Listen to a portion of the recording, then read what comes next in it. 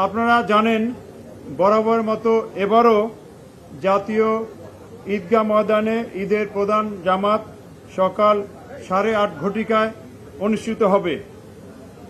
এখানে একত্রে প্রায় 35,000 প্লাস মুসল্লি ঈদের জামাত আদায় করবেন।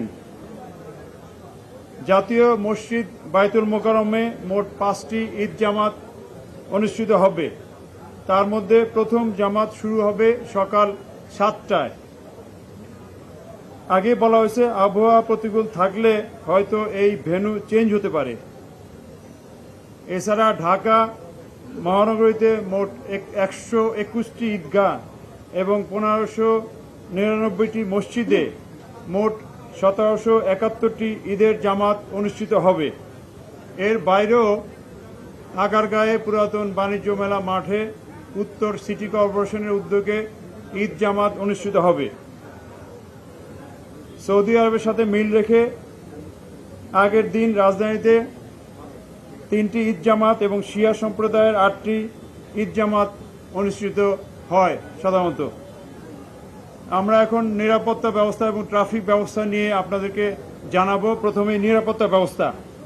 জাতীয় ঈদগাহ, বাইতুল মোকাররম জাতীয় মসজিদ এবং ঢাকার অন্যান্য সকল স্থানে অনুষ্ঠিতব্য ঈদ জামাতের নিরাপত্তা নিশ্চিত করতে ঢাকা মেট্রোপলিটন পুলিশ সমন্বিত সুদৃঢ় সুবিন্যস্ত নিরাপত্তা ব্যবস্থা গ্রহণ করেছে। জাতীয় ঈদগাহের যে ব্যবস্থা থাকবে, সেখানে জাতীয় ঈদগাহে ঈদের জামাতে কয়েক স্তরের নিরাপত্তা ব্যবস্থা তৈরি করা হবে। প্রবেশ গেটসমূহে তল্লাশির জন্য আর্চওয়ে এবং মেটাল ডিটেক্টর থাকবে। পুরো জাতীয় ঈদগাহ ময়দান সহ আশেপাশের এলাকায় সিসি ক্যামেরা দিয়ে মনিটরিং করা হবে এবং এখানে পুলিশ কন্ট্রোল রুম থেকে সিসি ক্যামেরা সার্বক্ষণিক মনিটরিং করা হবে। ঈদগাহ ময়দানে আসার প্রধান 3টি রাস্তার প্রবেশ মুখে রোড ব্যারিকেড থাকবে, যাতে অন্যান্য গাড়ি এই ঈদগাহ ময়দানের আশেপাশের রাস্তায় না আসে। সেখানে আর্চওয়ে এবং মেটাল ডিটেক্টরও থাকবে। ওই 3টি পয়েন্ট হল মৎস্য ভবন, প্রেস ক্লাব এবং শিক্ষা ভবন। ঈদ ময়দানের চতুর্পাশে বহির্বেষ্টনীতে তল্লাশির ব্যবস্থা থাকবে।